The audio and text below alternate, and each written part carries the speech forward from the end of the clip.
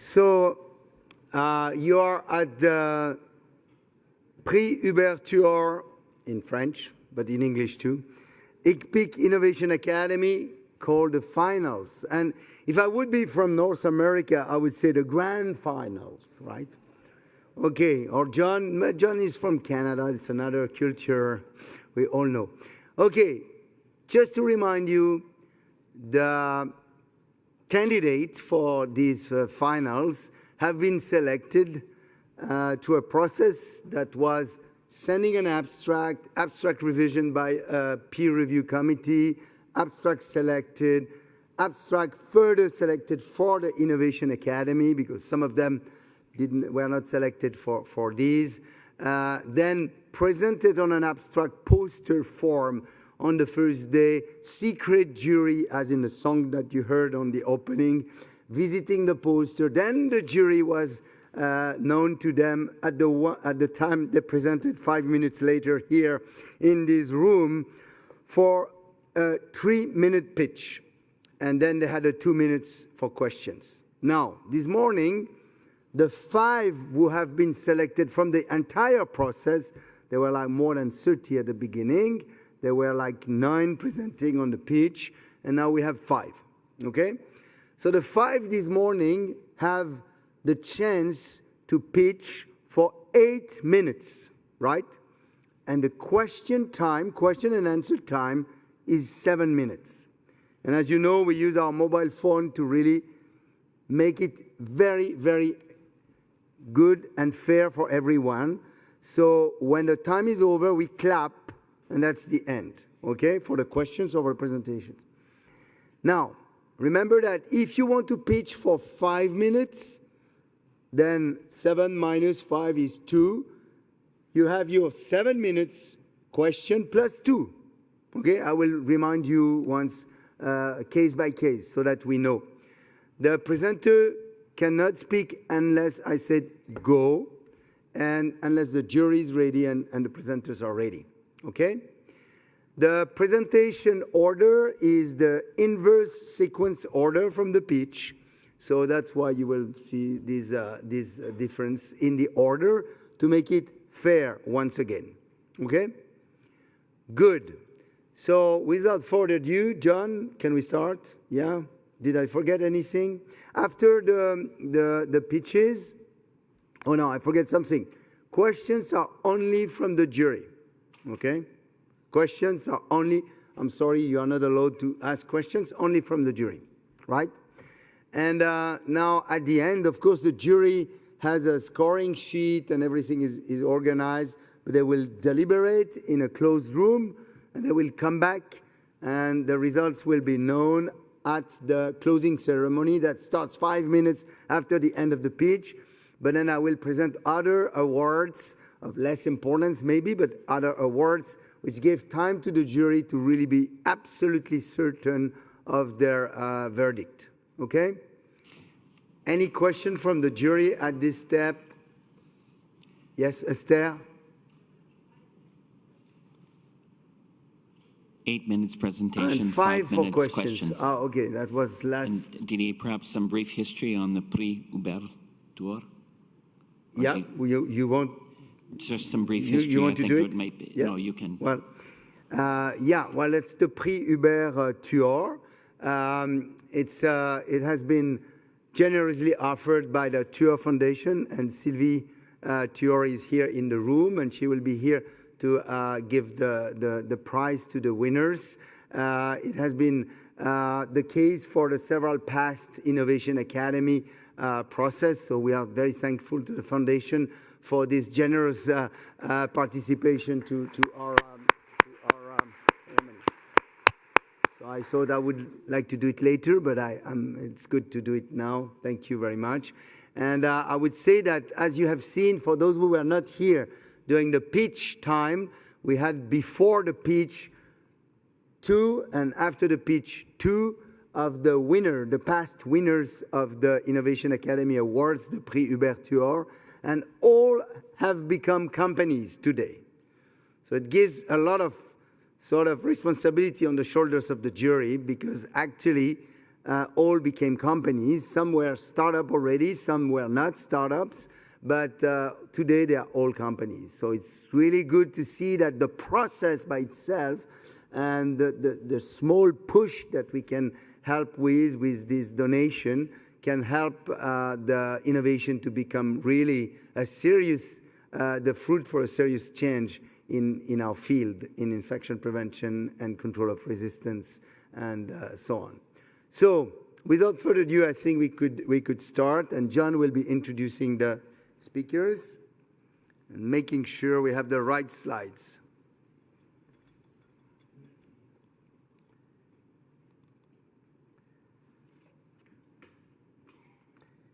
Thank you very much, Didier. And I'd also like to welcome you. Thank you all for attending this fifth version of the Innovation Academy. And I would like to call our first participant.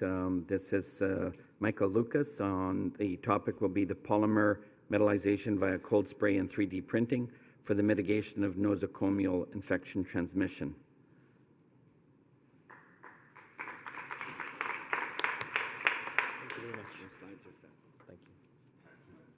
Just wait.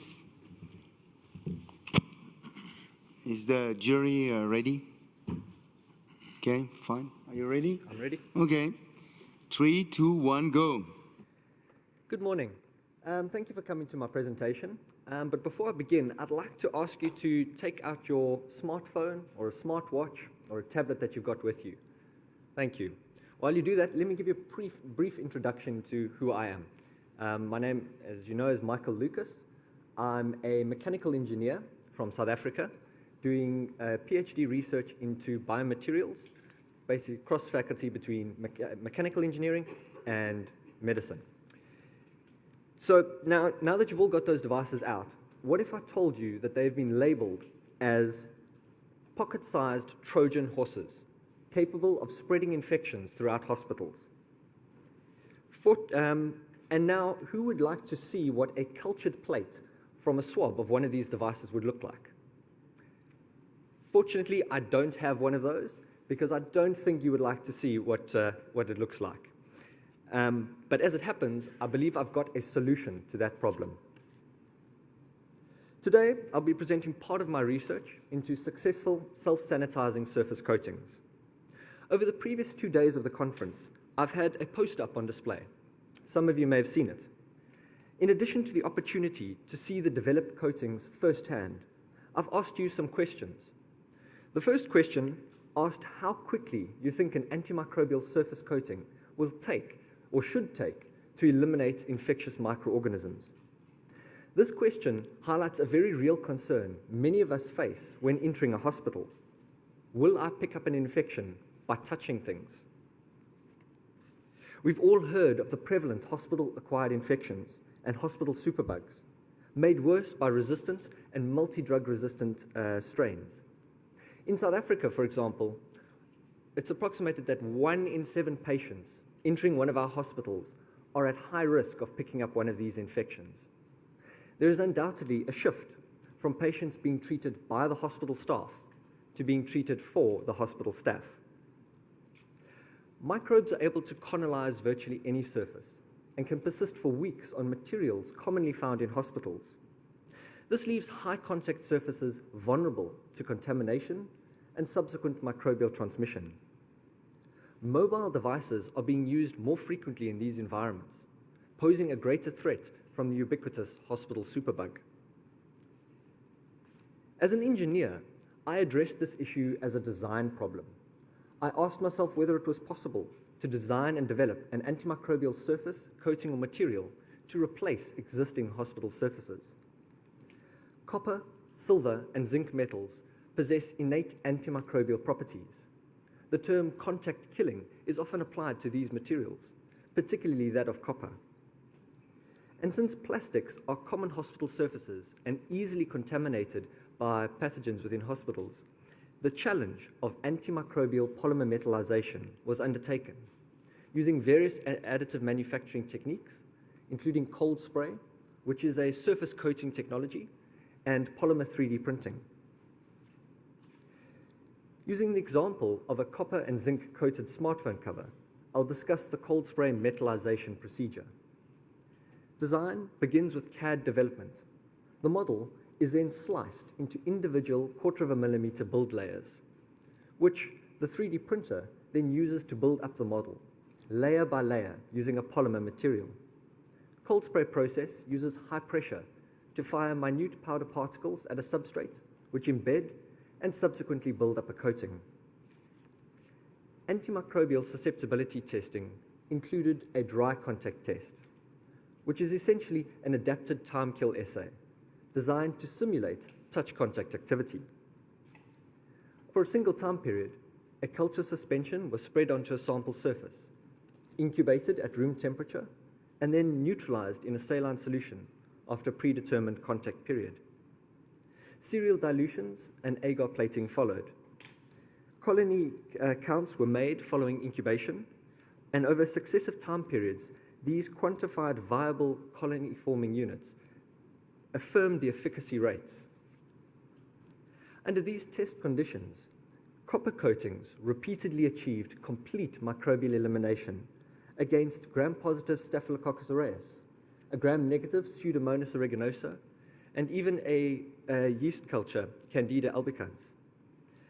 The efficacy rates for these copper coatings on both polymer and copper substrates included a 15-minute elimination time on polymers and 7 minutes for copper substrates. Against a multi-drug resistant staph strain, GMRSA, a copper coating on 3D printed ABS achieved complete microbial elimination within just 10 minutes of contact time. Compared to the controls, which included a copper metal, these cold spray coatings are seen to be far more effective. A study found that the average time taken between someone touching a surface and that very same surface being touched again within a hospital environment is approximately 5 minutes. Now, this is a hefty task for any antimicrobial agent, but seen to be possible from a silver and copper additive coating on a copper metal substrate, which, within a period of 5 minutes, achieved essentially a complete microbial elimination. So coming back to my poster, a second question I asked was what surfaces or objects in a hospital are most susceptible to contamination? It's this question that then shows relevance here. These high contact surfaces, from handrails to door handles, to surgical instruments, and our very own smartphones, are potential sites for infection transmission. Putting the situation into perspective, the CDC have stated that on average, healthcare providers clean their hands less than half the times that they should. And the findings of a recent study confirmed a correlation between patient hand contamination with multi-drug resistant organisms and surface contamination within a patient's room. This demonstrates a desperate need for an alternative or an adapted solution to clean hand, clean surface practices. So without doing away with current infection and control and prevention strategies, these antimicrobial surface coatings could provide a complementary solution, assisting in the mitigation of the transmission of nosocomial infections. In that way, we can work towards alleviating the burden of hospital-acquired infections and ultimately achieve cleaner and safer hospitals. And so, where to begin? Well, possibly with your very own smartphone. Thank you.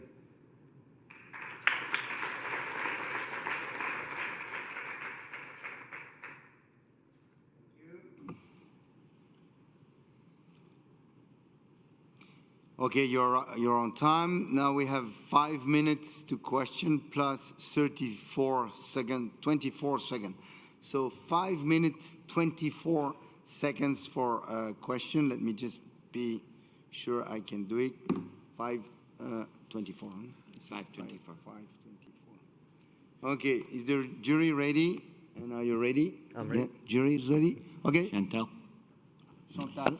So when we're talking about copper, we're talking about a semi-precious metal, I assume? It's one of the heavy metals, and it is a more costly metal. So Okay, so, and if you're talking about the latter scenario, so you're talking about a 7-minute scenario when you have the copper both on the surface and within the substrate, Yes. then you're going to need a certain amount of copper. So, okay, that was for application-wise, if you were going to implement it in a hospital, that may not be viable because then you are having to have an existing copper substrate, which then increases the cost.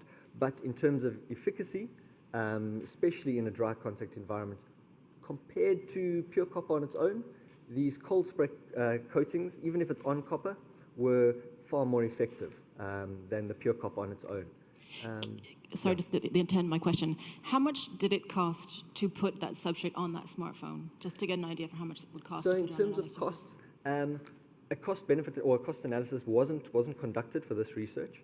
But in terms of looking at the big picture, cold spray technology as a startup technology, the infrastructure required is expensive, but running costs are affordable because of the very little material that you're actually using. So the consumable or the copper powder, you're using very little of that material in creating a wide coating.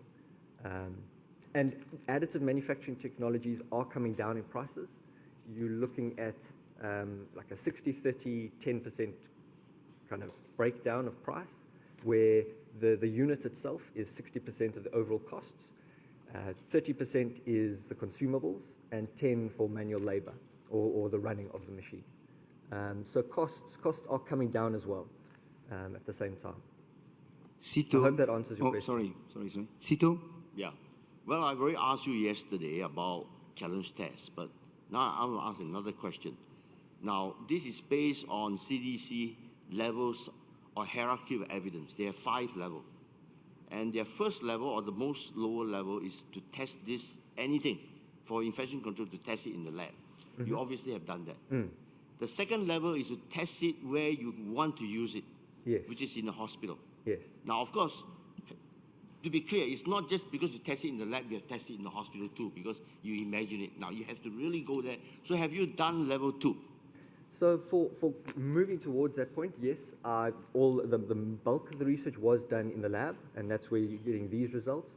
What's not shown in these slides and in this presentation are small pilot studies that we did conduct. So we looked at that smartphone that was coated, for example. Okay, you don't see it here, but the coating that was created on that smartphone cover was given to a lab technician in one of our medical labs, so not a hospital, and asked to just use it as every day and see over the course of time, over a 6-week period, what the contamination levels were like. And another study that we did, a smaller one, was with security access cards. So we coated security access cards with this coating, and again, exposed it to everyday environments within the academic teaching hospital in Johannesburg, South Africa. Does it work on viruses? I haven't tested it on viruses, but it would be something to look into, definitely. Thank you. Oliver? So please don't use up all your time to answer this question, but a few words, please, on your development plan. I know you've got intellectual property, we discussed that before, so where next? So in terms of future recommendations or things to look at next, is definitely looking at longitudinal studies within a hospital environment. So testing these coatings in a hospital, in different environments, different scenarios. So that would be one of the things to take forward. Another thing I'd like to look at possibly is to look at toxicity studies. Although it's in a surface environment where the risk of complications because of having copper poisoning or whatever is reduced, but it would be a way to confirm that. And one test that I'd like to be doing with that is a dermal permutation test using a skin analog. So those are the 2 main next steps, I'd say. Thank you. Yes, go ahead. What's the main innovation of your approach? Is it the deposition? Is it the solution? And do you have any IP on it? So the cold spray process, I do have IP. Well, I've submitted filed for a patent application. Well, filed a patent, and that process has been going on for the last 2 years, I think. What that covers is the cold spray deposition process, so the coating technique itself. So integrating the cold spray technology with 3D printing of the substrates, that is the area of IP protection, yes. Yes, Oliver, quickly. Would you consider stopping your research career to be the leader of an organization that would try to commercialize this product? I haven't thought that far ahead, but in terms of academic trajectory, sorry.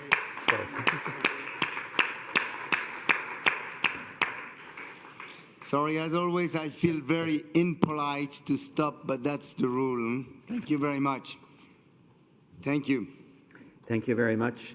We'll move on to our next participant, and welcome to the podium, Johanna Black from Canada, and the title of her presentation is a novel open source innovation for hand hygiene monitoring and compliance using interaction design and capacity for global scaling up of Internet of Things technology.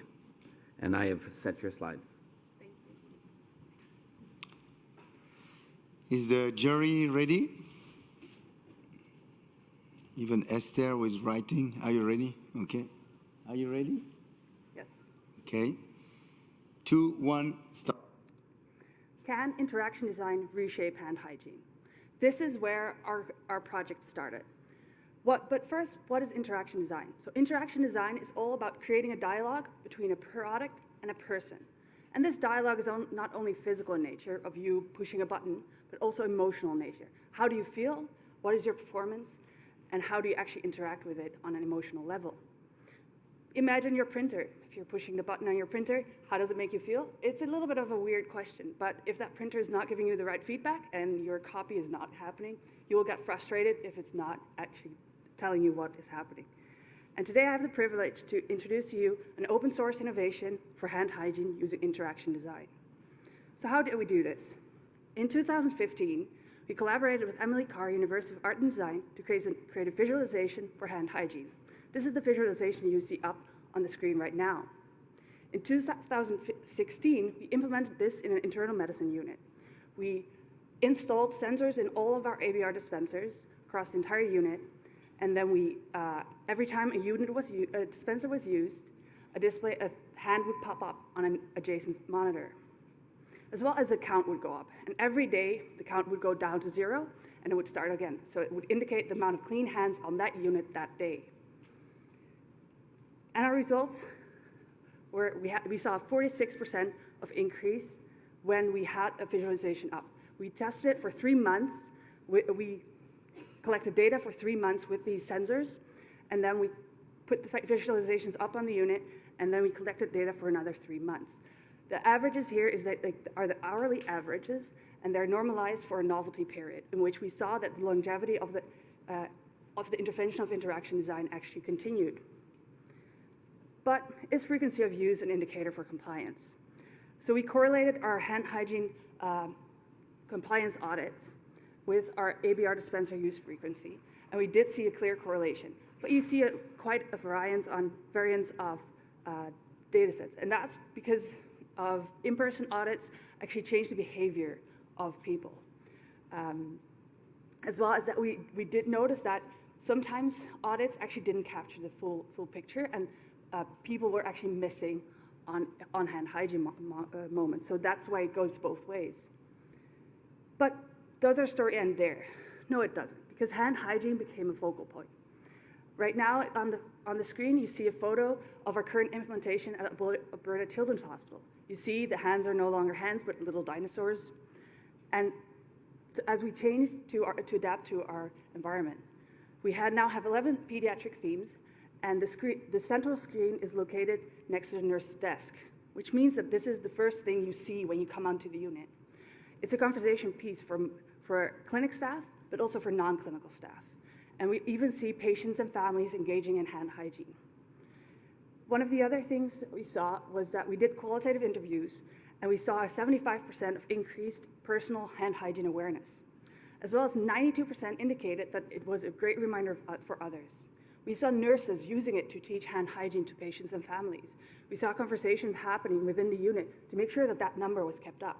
So the biggest cultural shift that we saw was that hand hygiene became a team effort. We're not auditing persons. We're shifting the sole responsibility to a team responsibility, in which we saw teams actually come together. If that number was low at 12 o'clock, they would come together to make sure that that number went up.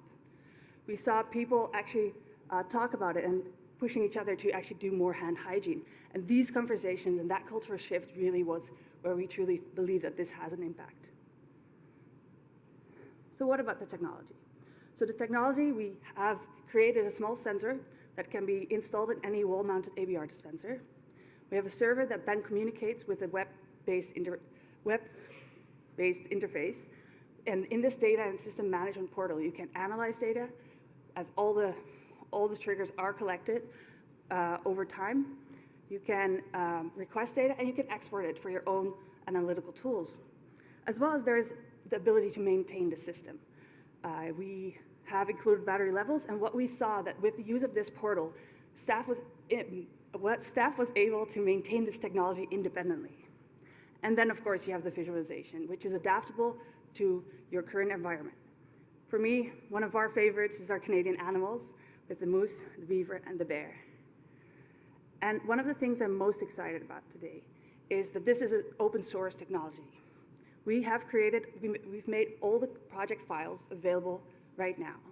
You can download it, and there will be a step-by-step tutorial guide for you to create the sensors today at home. The code is hardware agnostic, meaning you can use any type of hardware to install and implement this. So that old computer that was sitting there for a long time can now be used to create an interactive hand hygiene display on the unit. And all the parts can be locally sourced. So you can go to a local electronics parts store and buy the parts to make these sensors, making this a low-cost social innovation that has the potential for a global impact. This innovation that blends design, science, and engineering, we truly believe can increase hand hygiene compliance. And we are looking forward to collaborate with all of you today to change and revolutionize the way we integrate hand hygiene in our environments. Thank you.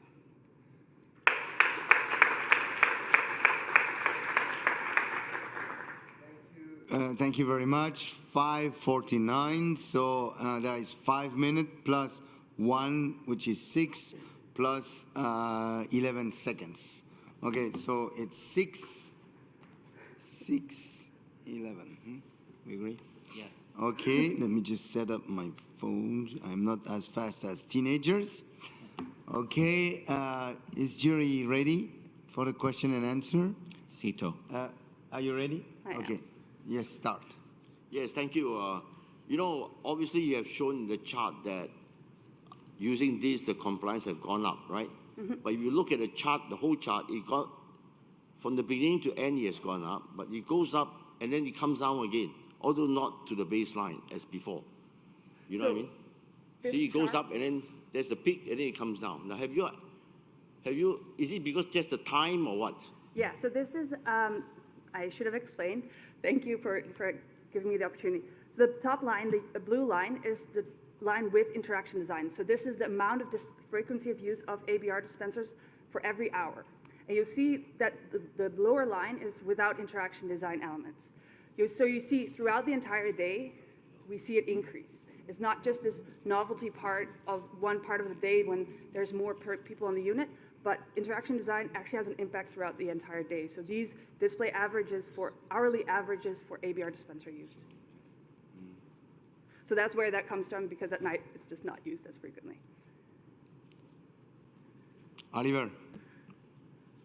I was going to ask you how easily could the user change the graphical output to make it suitable for their own culture? So right now we have 11 themes already available. The changing the graphics is creating or loading in the graphics, and then just changing the file names, and you would be able to adapt it to whichever one you want. Right now, changing between the 11 themes that we have already created is a keystroke. Thank you. Esther? So here you show the data for one day. If you look at many days in a row, we all know that the effect of interventions decrease over time. What kind of, how does it look like? So that was one of our concerns. But what we saw was there was a novelty period for sure. That first week of implementation, you saw everything going higher. But after that, it actually stabilized. And our hypothesis is why that happened is that patients change. So while this nurses might not change and the staff in the unit might not change, it is kind of a business card for hand hygiene. The first thing they see is that number. And if that number is low, that would actually that would actually communicate that to the patients and the patient's family. So we saw that that would actually straighten out and would maintain over time. Has the data been used within hospitals to, then trigger discussions within units and departments? We have had discussions within the unit for sure.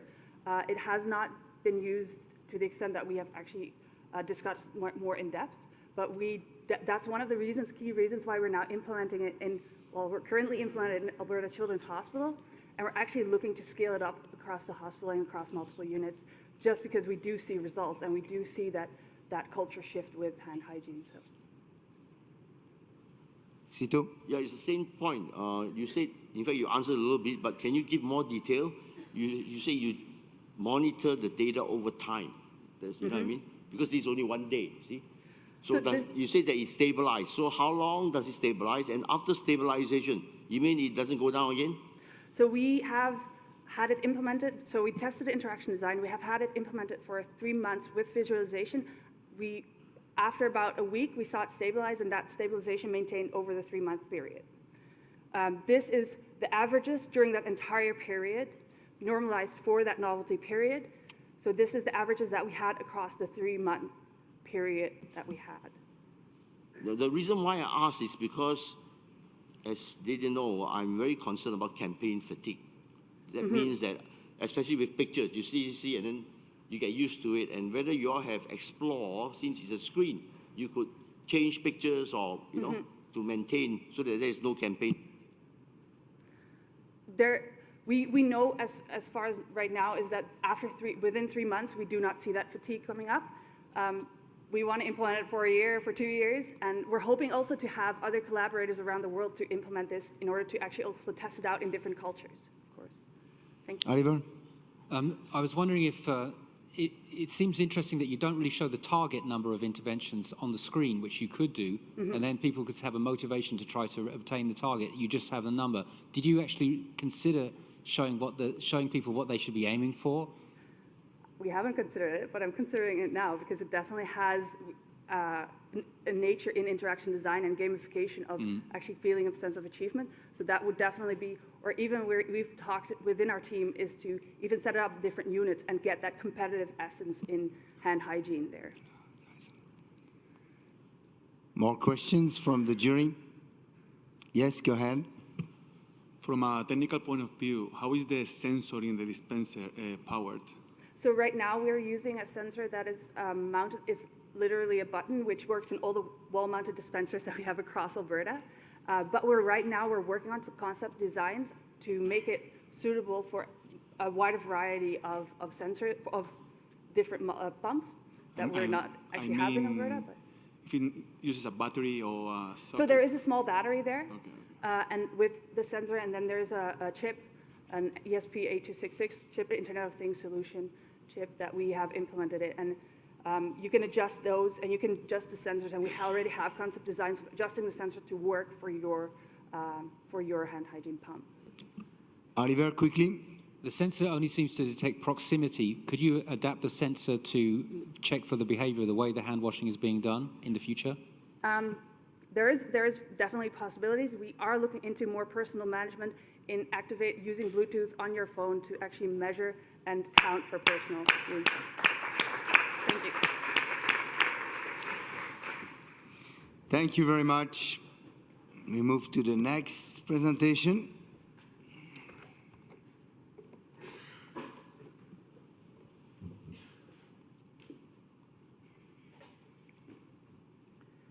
Okay, we will now move to the next presentation, and this will be presented by Tobias Gebhardt, Smart Monitoring of Hand Hygiene from Germany. Tobias.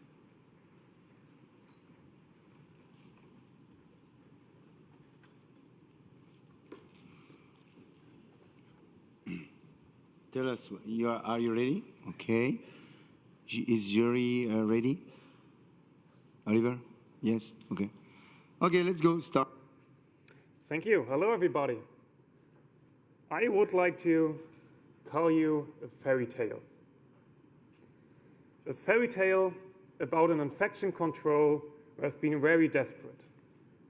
Desperate because she really tried hard to convince doctors to wash their hands.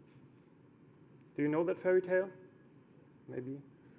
But unfortunately, it didn't work out because she had colleagues like Dr. Rainer Zufall. And he just didn't want to do it. He thought it's not necessary. So Maria, the desperate infection control nurse, she had a really, really big wish. She wanted to have a digital assistant for infection control. And you know what? Her wish was fulfilled. It is NozoX, the monitoring system for hand hygiene. How does it work? Pretty simple. We just have dispensers. We make them smart. I will just show you in a second. And we have badges that are added to the clothes of the healthcare workers. All of them have different colors.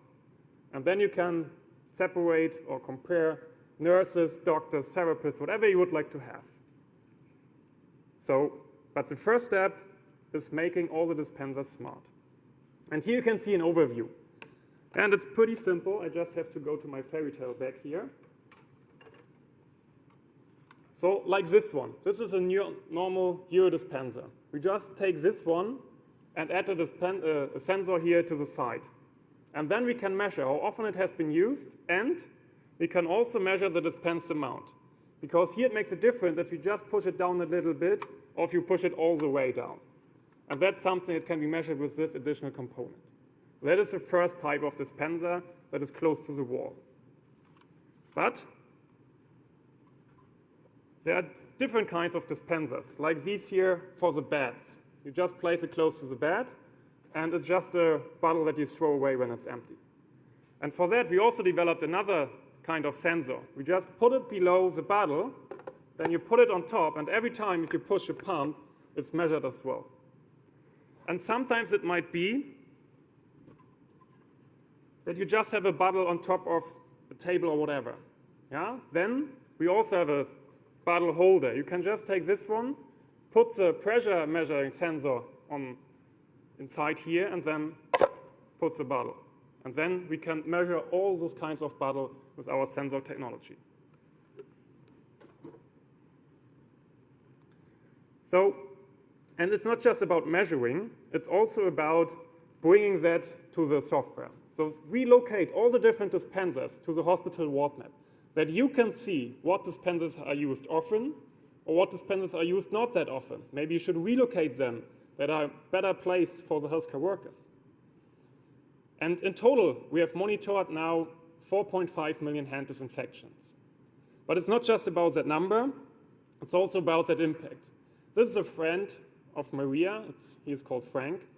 And before we started, he had certain hospital wards that were below the average, and he didn't know what to do. Then we installed our system, and we could increase the disinfected numbers by 35% in the first 3 months. And now he is happy again because the numbers are above the average. And that can show you that we generate some data patterns here. So as I said, we have the rooms from the hospital wards.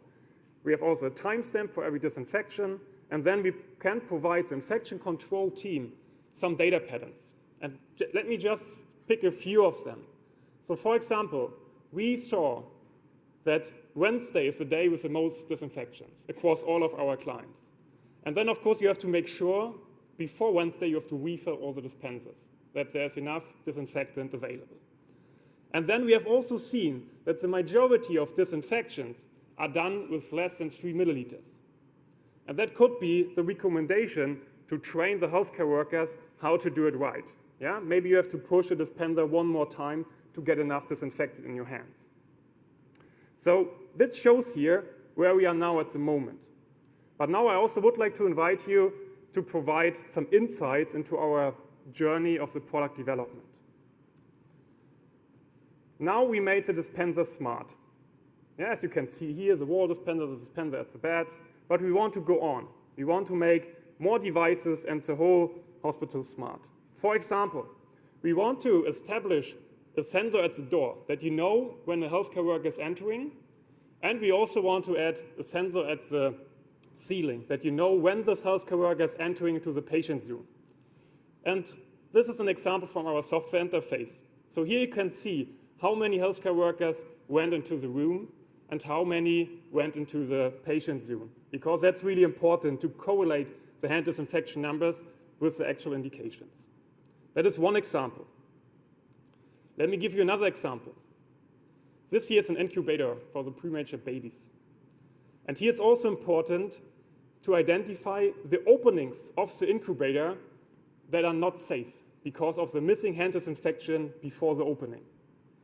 And for that, we can also use our sensor to put it to the small doors of the incubator and then track it. And then we can get such a visualization that we know how many incubator openings were there without a hand disinfection before. So what we would like to do, we would like to understand the different activities related to the transmissions of pathogens.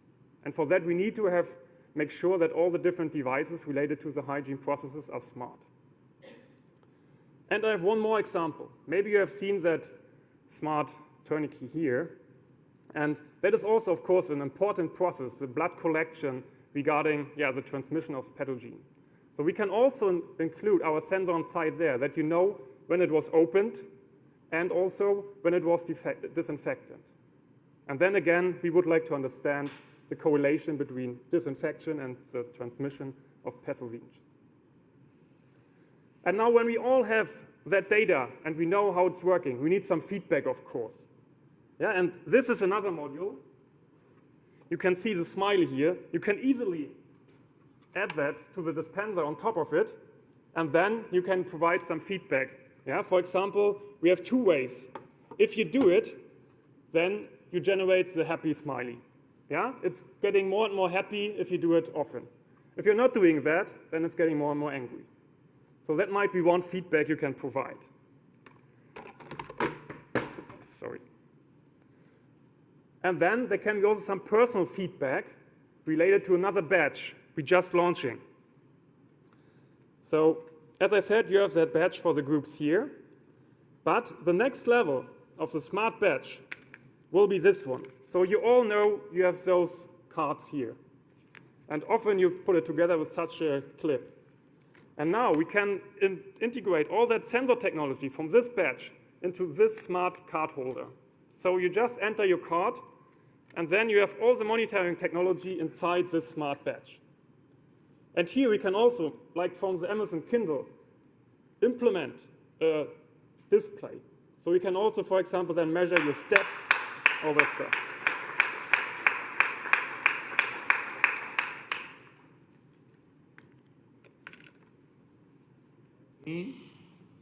Is the jury ready for questions? Are you ready for the questions? I am. Okay. Okay.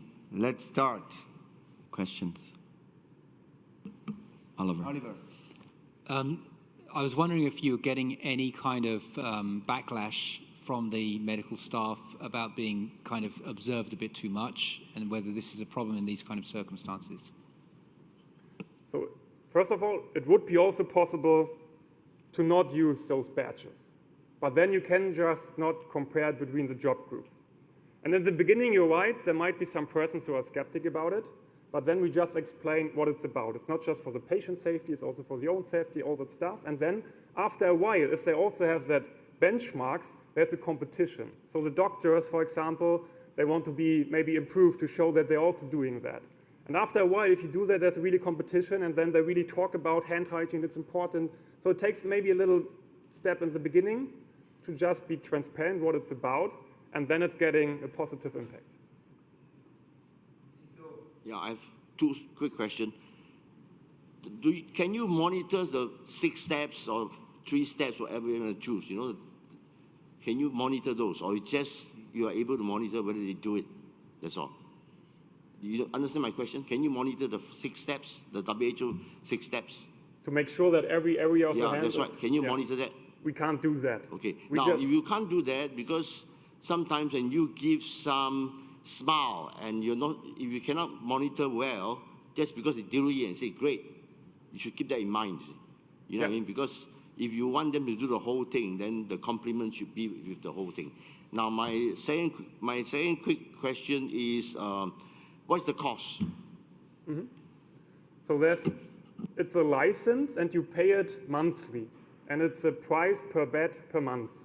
And it's really related to how long you want to use the system and on how many hospital wards. So in many cases, they just start with the most important, like ICUs, surgery wards. And then it really depends on how long you want to use it, how many wards. And then it's a price between $8 and $40 per month per bed, depending on really how long and how much you want to use our system. Use the microphone, yeah, so that everybody can hear you. Press microphone. So you say $40, is it per ward? Is that what you say? Per bed. Per bed, oh, okay.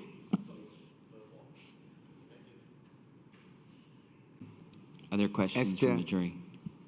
So it monitors on the dispensers, but can it be also used on pocket bottles? That's the next step as well, to make those pocket bottles smart, as you can see here. Here's just a sleeve, and inside there's a pocket bottle. And it's a technology we just integrate into the sleeve, and then we can also track how much pressure you are putting on that, and with all that data from that sensor technology, we can also integrate those pocket bottles. Oliver. This is, I mean, I would make an observation that this would only be appropriate to really rather well-financed healthcare centres and not really applicable. I mean, I'm not even talking about developing countries, but even regions where there's not so much money for healthcare in developed countries. How would you respond to that? That's the reason why we have different product stages. So we can just start with the sensors at the dispensers. Then we can add those badges, then we can add those, but we can do it step by step. You don't have to take the full range of our products.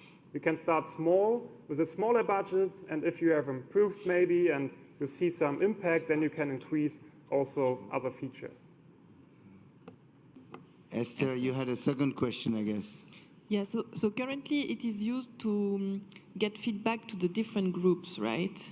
And when you mentioned the smiley, that was just for that specific moment where the dispenser is used, right? It's not a feedback for, I don't know, a specific person, like how many times during the day they've used, right? Can you clarify? Sure. I mean, it's still in development. It's a prototype we have at the moment. But our vision is also that it can be on an individual basis. So when I have a badge here, it might be this one, it might be this one, then the sensor above the dispenser can recognize who is it actually. And, well, I haven't seen you for a while. Nice that you're back. So we can make it on a more individual basis, this feedback with a smiley or even other kinds of feedback visualization. More question. We have 8 seconds. Hurry up. 2, 3, 1. Thank you. Thank you.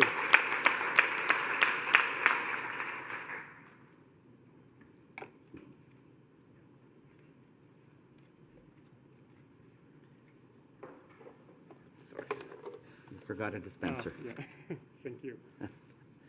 Thank you very much. We'll move on now to our next presentation.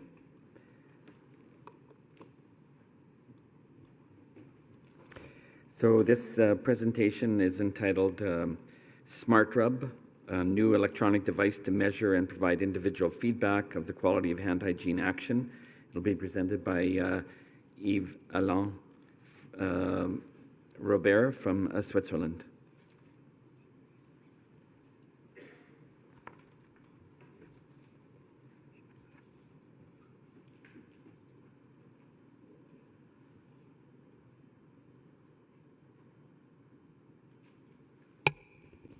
Oh, okay. Is the jury ready?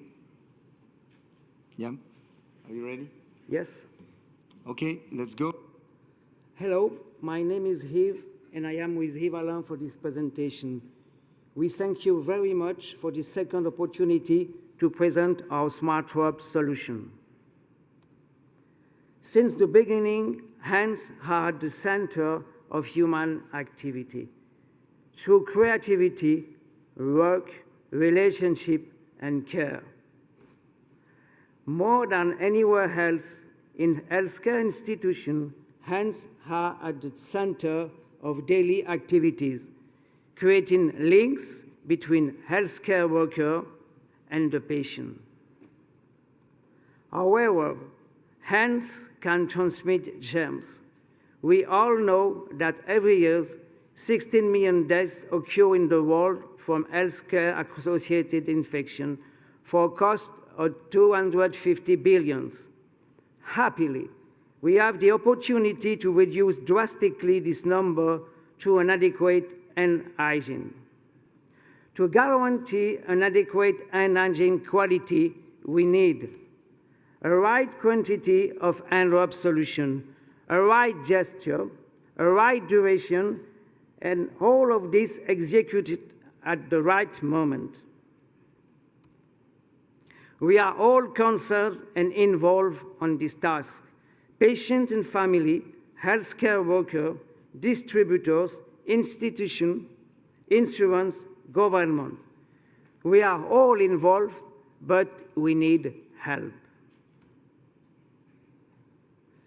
Along the years, a large number of solutions have been developed to help monitoring hand hygiene in healthcare institutions. But there is a need for a strong solution.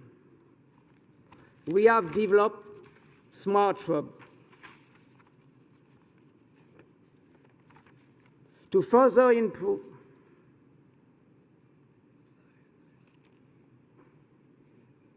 along the year, to further improve hand hygiene quality and monitoring, we need a smart and user-friendly solution to interact directly between hands care and patient.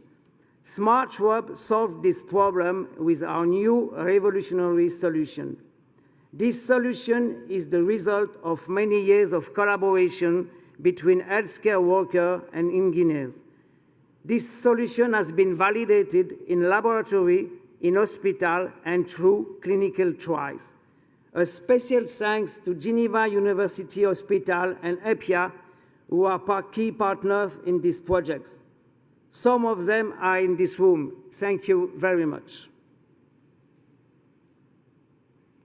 We have developed Smart Rub to connect our hand to the digital world.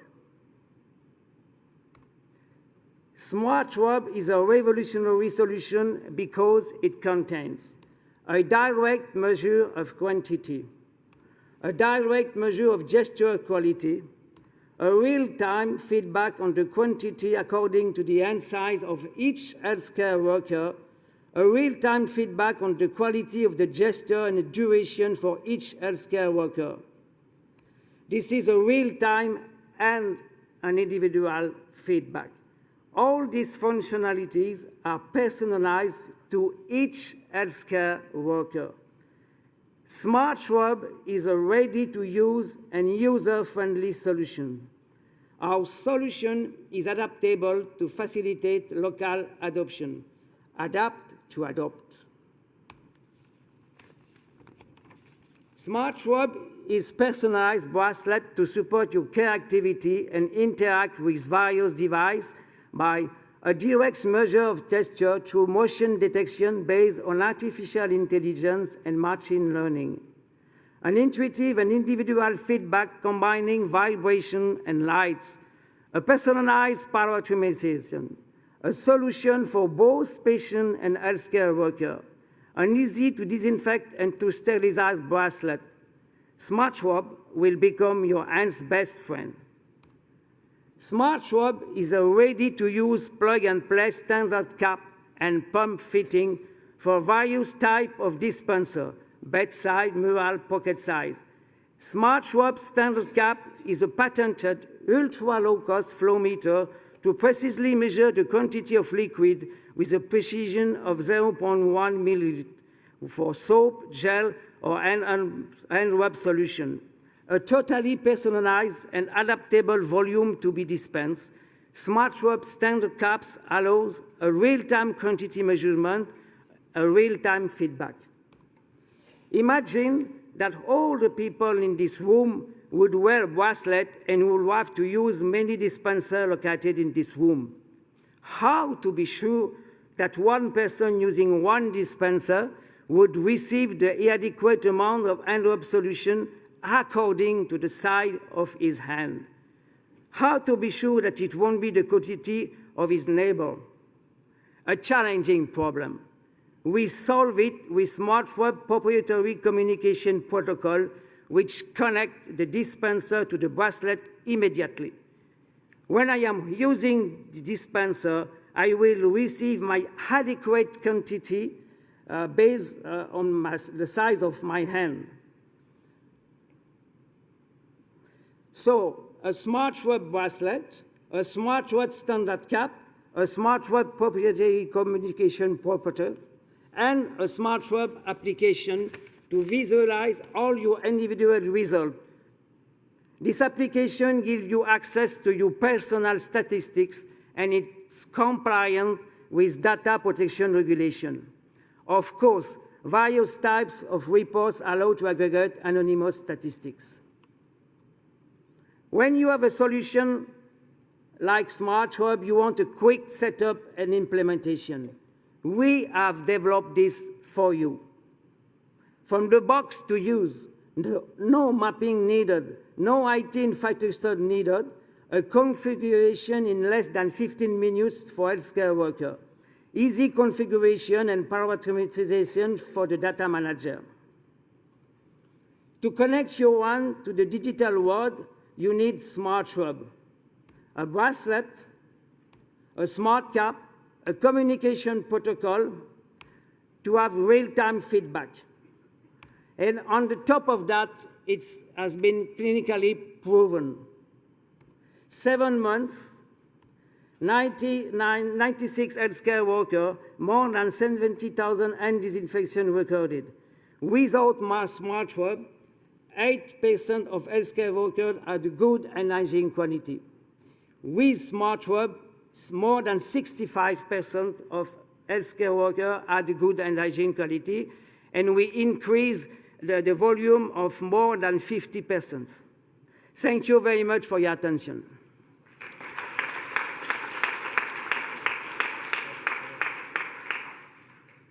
Thank you. So 728, 5 plus 32 for questions. 5 plus 32. Sorry, let me just set up the... Jury, I see Oliver has got the first question. Okay, and then Cito. Are you ready? Yes. Jury ready? Okay, go. I was very taken by the feature that it's possible to get feedback on the gestures of hand washing, Yes. not just the volume. This is very important, I understand, Yes, from being in this meeting feedback before. on the gesture for the, yes. And this is done by the biomechanic You have a sensors. real-time No, feedback. please let me finish the question. It's more efficient like this. The biomechanical sensors in the bracelet are giving this information. Yes. But you don't show any evidence of how this is working and how it's been validated. Can you tell us some more, please? Yes, of course. This is working with artificial intelligence and machine learning, and we work on this subject.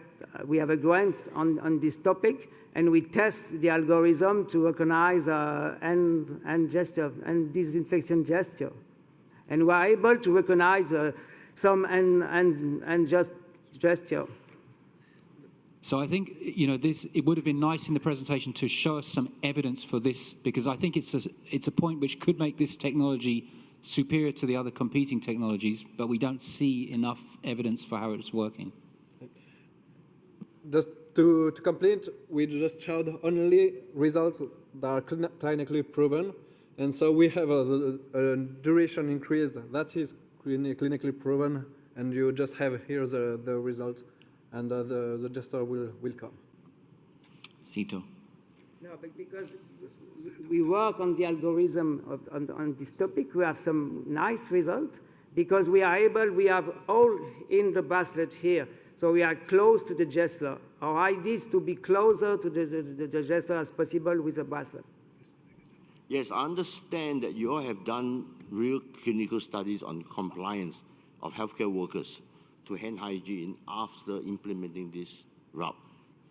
it has been presented. Can you summarize the result and comment on it? Now, first we study the influence on the how, and now we will do a second clinical trial to study the evidence on hand hygiene compliance. I thought you already have some data on hand hygiene compliance done in the hospital, right? We think it will increase hand hygiene compliance because it's a remember to do a good gesture.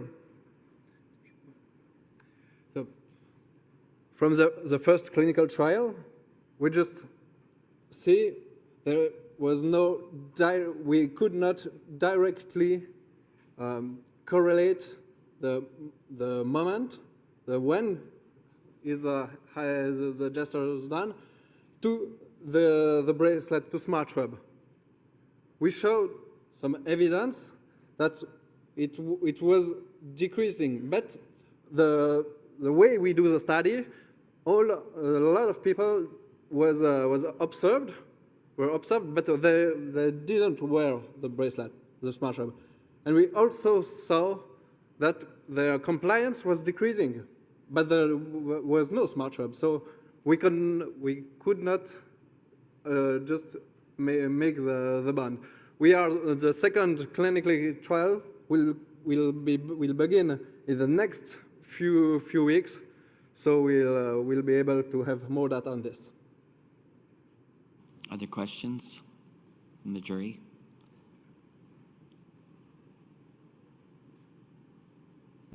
Esther? So just to clarify, so you have you can also put on the dispenser, and then it recognizes the person's bracelet. Yes. Okay. With the protocol, it recognizes the person who will use the dispenser: a pocket dispenser, a bedside dispenser, a wall dispenser. And it will give a feedback, a real-time feedback of the right quantity for this person, adapted to his own size hand. What is the acceptability by the healthcare workers of wearing a bracelet? Or we have a slide. Have some lost them? Or are they careful? So here I have, after the study, we just go to healthcare workers to ask them. And so we can just see here some of the results. And almost 80% think it was a helpful reminder of the correct performance of hand hygiene.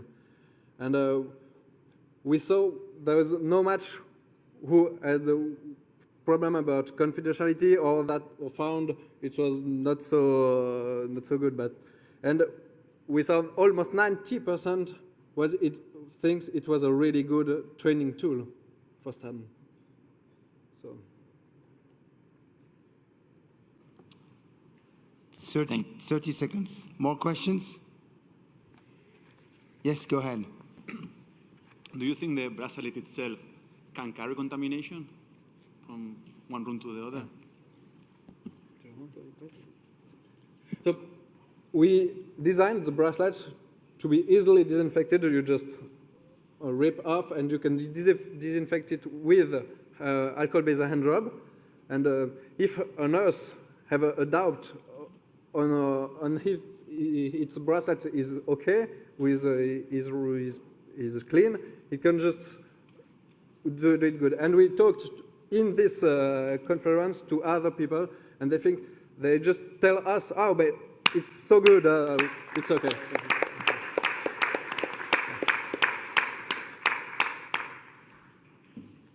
Sorry again for interrupting, but that's the rule. So we need to stick to the rule. Thank you very much. We'll now move to our last presentation. Just bring it up.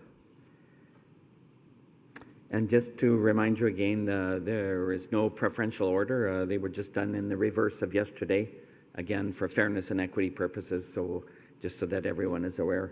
This last presentation is entitled Motion Detection and Artificial Intelligence in the Automatic Documentation of Key Figures for Hand Hygiene Compliance. It'll be presented by Eshan Kaljani from Germany.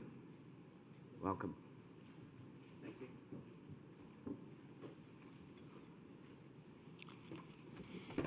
you. Is the jury ready? Aurelia, okay? Are you ready? No. Not yet. Fine. Take your time. Now I'm ready. You're ready? Okay. Okay, let's go. Okay, hi, I'm Essan. Bonjour. I will talk about electronic hand hygiene monitoring as well. But first, I want to introduce you to Teresa.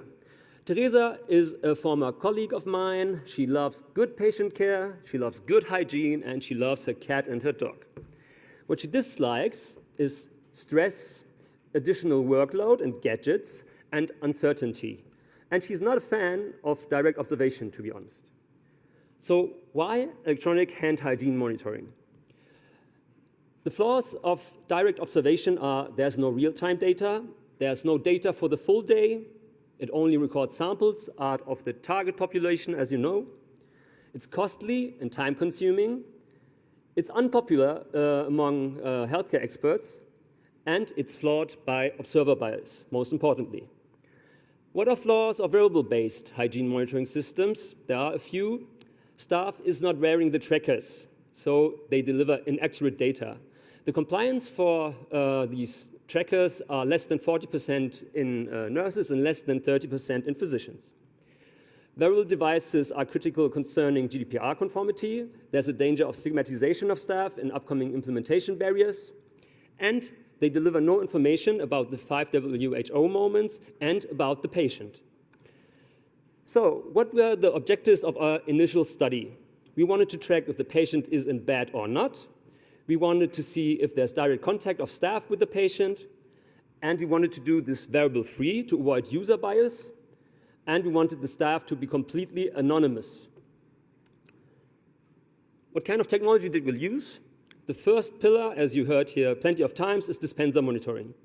We can upgrade any dispenser with our chips invisibly or visibly with this small thing. With this information, you can localize the dispenser. You can get the information about the number of disinfections, the consumption per time, and the fill-in levels of the dispenser. The second pillar is the approximation of the 5 WHO moments, which is harder to do. How do we do that? We use motion detection sensors and artificial intelligence. What kind of artificial intelligence? We use machine learning, and here, supervised machine learning. We teach our algorithm with about 1,000 cases that he adapts to this WHO moments. We have a patent pending for the motion detection sensor, and we have the copyright for the code. What were the methods in the laboratory startup? The sensor was mounted over the patient's bed. It was installed in 2 minutes. The data was analyzed with our AI, and direct observation was used for verification of the results. 67 events were recorded in a lab setup. Staff getting nearer than 10 centimeters to the bed was recorded as a patient contact, and no wearable devices were used. So what were the results of the lab study? We could see in almost every case that the patient is present. We missed one case. I can explain later why. In every case, we could detect that there was a direct contact with the patient. And in none of the cases, we could identify the staff member individually. So because of the convincing data in the lab setup, we moved directly to the clinical setup. Because it's the final here, I will show you some unpublished data from our clinical tests. We did a study over 6 months in a hospital, in one ward, in an orthopedic ward. And the first 3 months, we did the dispenser monitoring alone. So I will show you the data. We could show over these 3 months that we could help, without any intervention, to increase hand disinfection rate by over 40%. But this is Hawthorne effect, nothing important. Over the 24 hours of time, we could show that there are peak times for disinfections. For example, between 5 a.m. and 8 a.m., the people disinfect the most. This is important to know where to go to observe the staff. The next 3 months, we added our motion detection sensor. These results are really interesting. So we did an approximation of the 5 WHO moments for hand hygiene. We could see that compared to direct observation, with our technology, the amount of hand disinfections was lower by 10%. But we looked at the correlation to direct observation and could see that in moment 1 and 4, we almost had the same results. In moment 2 and 5, we had a lower compliance. During this whole 6 months after the Hawthorne effect, we could show, without intervention, that hand disinfection rate increased by 16.7%. We correlated this with the cases that were treated in the ward and could show that hand disinfection rate increased, although the cases went lower by 22.7%. We could show you that we have peaks in the hand disinfection rate, but looking at the whole time, there was not a serious drop. So how do we increase the motivation of Theresa? We do that with live data and certainty. So this is a video of our dashboard. Wait, there it is.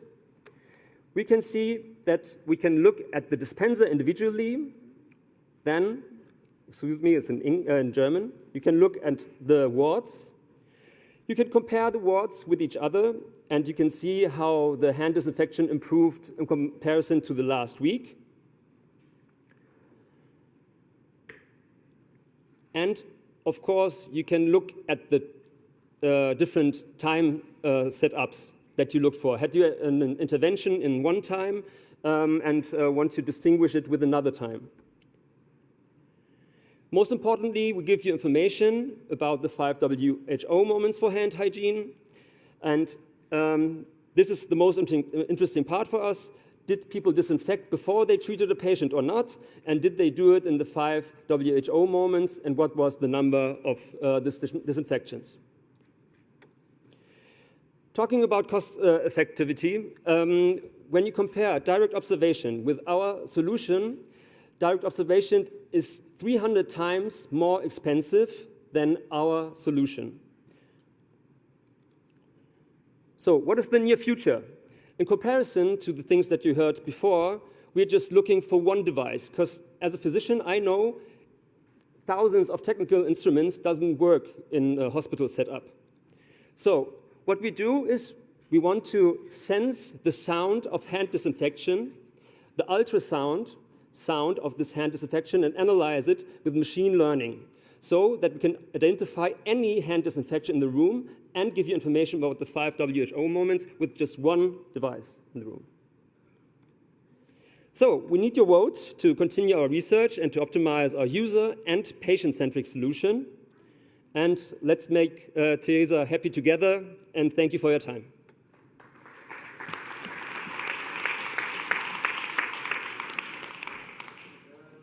55, so it means we have 5 minutes plus 5 seconds for questions.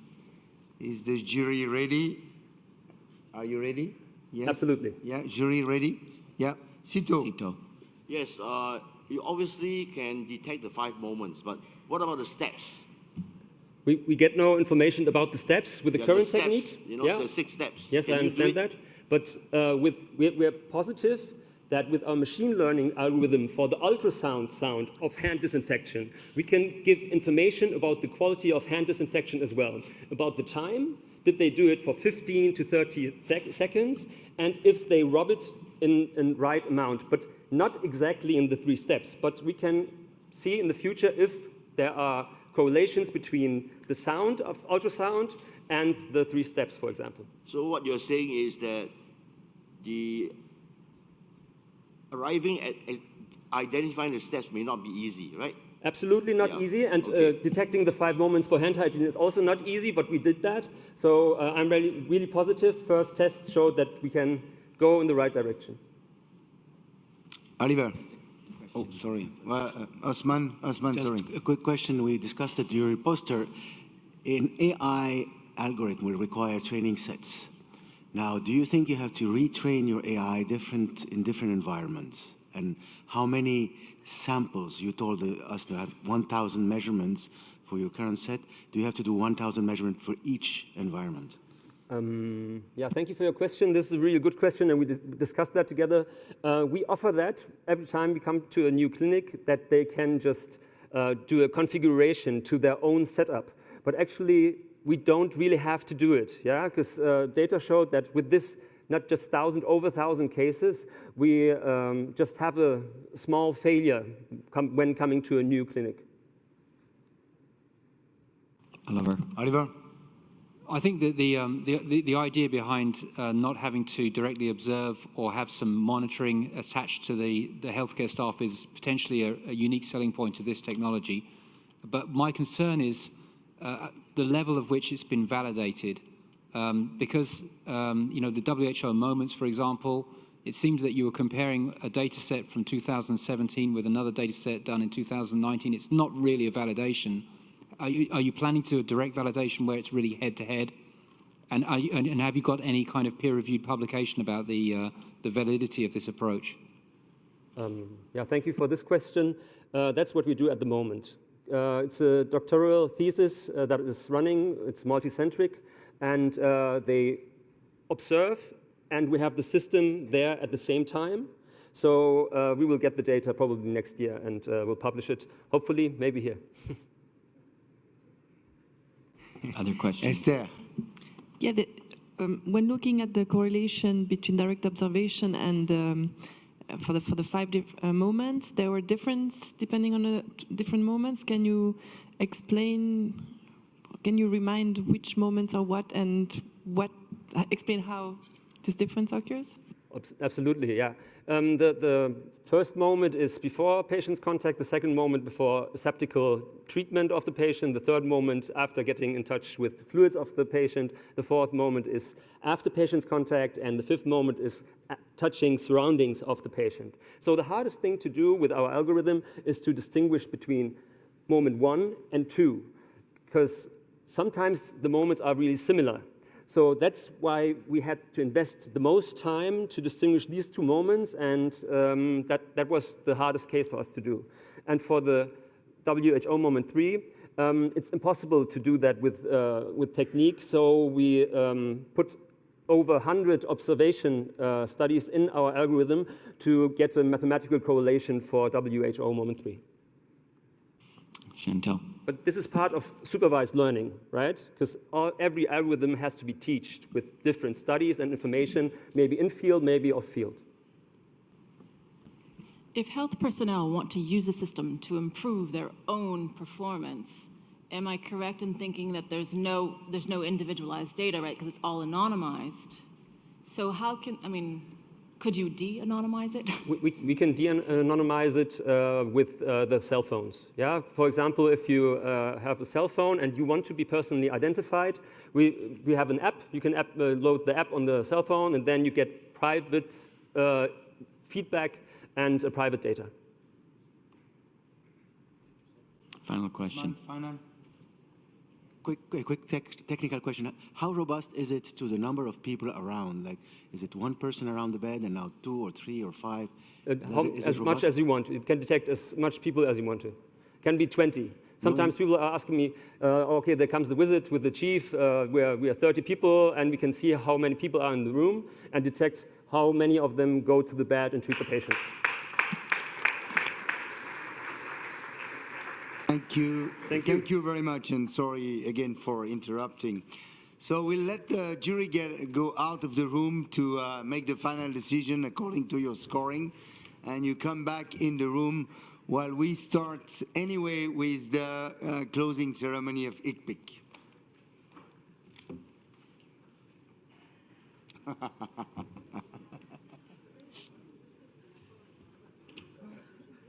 Qui viennent en bas? Non, en sortant. Oui, à la sortie. Oui, d'accord. Je vais leur dire. Ouais.